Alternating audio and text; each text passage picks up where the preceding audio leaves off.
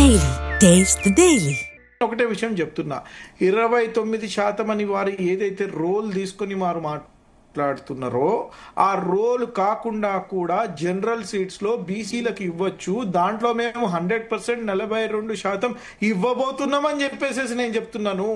Party symbol వచ్చిన తర్వాత elections లో పోటీ చేసేటప్పుడు పార్టీ సింబల్ కి ఉన్నటువంటి క్యాండిడేట్ బీసీయా కాదా అని చెప్పేసి నిర్ధారించుకున్న తర్వాత మీరు ఈ మాట మాట్లాడాలా.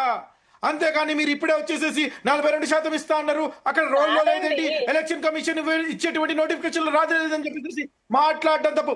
మేడం మీరు ఆగాలండి, please let me answer this.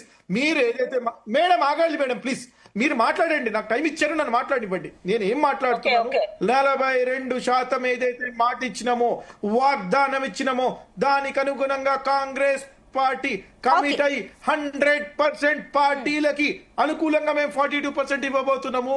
అదే బీజేపీ బీఆర్ఎస్ కి కూడా చిత్తశుద్ధి ఉంటే వారిని కూడా ఇవ్వమని చెప్పేసి మీ డిమాండ్ చేయండి. దీనికి కావాలి అంటే బీజేపీతో కేంద్రంలో వారితో సఖ్యతగా ఉంటూ వారు పార్లమెంట్ లో డిస్కషన్ జరిగిన తర్వాత జరుగుతుంది.